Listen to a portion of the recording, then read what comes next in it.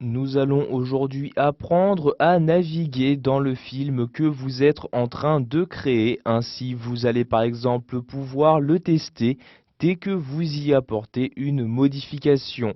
Vous pouvez tout d'abord voir qu'actuellement je dispose donc ici en bas d'une vidéo se trouvant dans mon film. Il s'agit ici de cette vidéo-ci.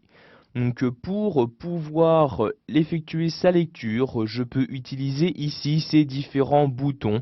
Donc je clique ici sur ce bouton pour ajouter donc la lecture à la vidéo. J'ai alors maintenant ce curseur-ci qui se déplace pour m'afficher l'état d'avancement de cette vidéo. Je peux à tout moment la mettre en pause en cliquant sur le même bouton et cette fois-ci la vidéo a été mise en pause. Je peux, si je souhaite, revenir à une certaine partie. Pour cela, je n'ai juste qu'à déplacer ce curseur-là. Je clique donc dessus et tout en maintenant le clic de ma souris, je la déplace ici vers la gauche pour choisir à quel endroit je souhaite recommencer la lecture. Par exemple, à cet endroit-là. Vous avez également donc la durée où se trouve le curseur. Ici par exemple mon curseur se trouve à 2 secondes et quelques. Donc ici vous voyez par exemple si je déplace, il y a bien donc ici la durée qui se modifie suivant l'emplacement de ce curseur-ci. Par exemple ici je le mets à environ 2 secondes comme ceci. Je peux donc maintenant relancer la lecture en cliquant ici sur ce bouton-là. Je vais également pouvoir ici gérer l'échelle de cette partie-là à l'aide ici de ce curseur-ci.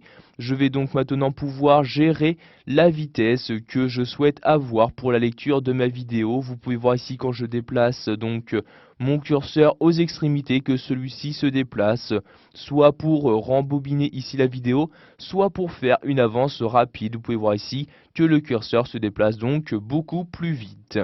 Je vais maintenant mettre en pause ici ma vidéo. Donc voyez ici, je reclique donc bien sur le bouton correspondant. Donc maintenant, si vous souhaitez apporter des modifications à votre film, vous allez pouvoir les apporter très simplement ici à l'aide de ce navigateur-ci. Si vous souhaitez apporter des réglages plus précis, vous allez devoir vous rendre ici à gauche et cliquer sur l'onglet montage comme ceci.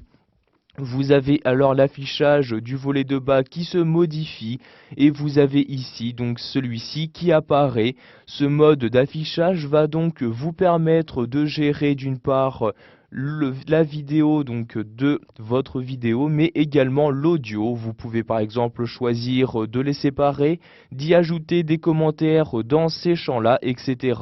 Sachez que nous verrons dans les suivantes vidéos formations comment utiliser au mieux cet affichage afin d'insérer différents éléments dans votre film.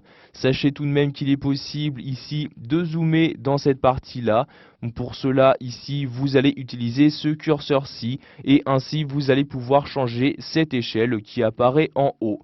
Par exemple, je souhaite zoomer un peu plus, je clique sur le curseur et tout en maintenant le clic de ma souris, je le déplace sur la droite comme ceci pour choisir le niveau de zoom que je souhaite. Puis je lâche le clic de ma souris si je possède ici le niveau de zoom qui me convient. Maintenant ici, si je remonte à l'aide de l'ascenseur, je vais donc pouvoir afficher les différentes pistes disponibles.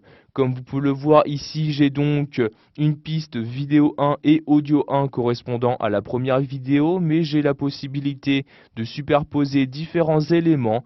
En effet, si je me rends ici en haut, vous pouvez voir qu'il y a d'autres pistes. Ici, par exemple, vidéo 2, vidéo 3 et à chaque fois l'audio correspondant à la vidéo que vous avez insérée.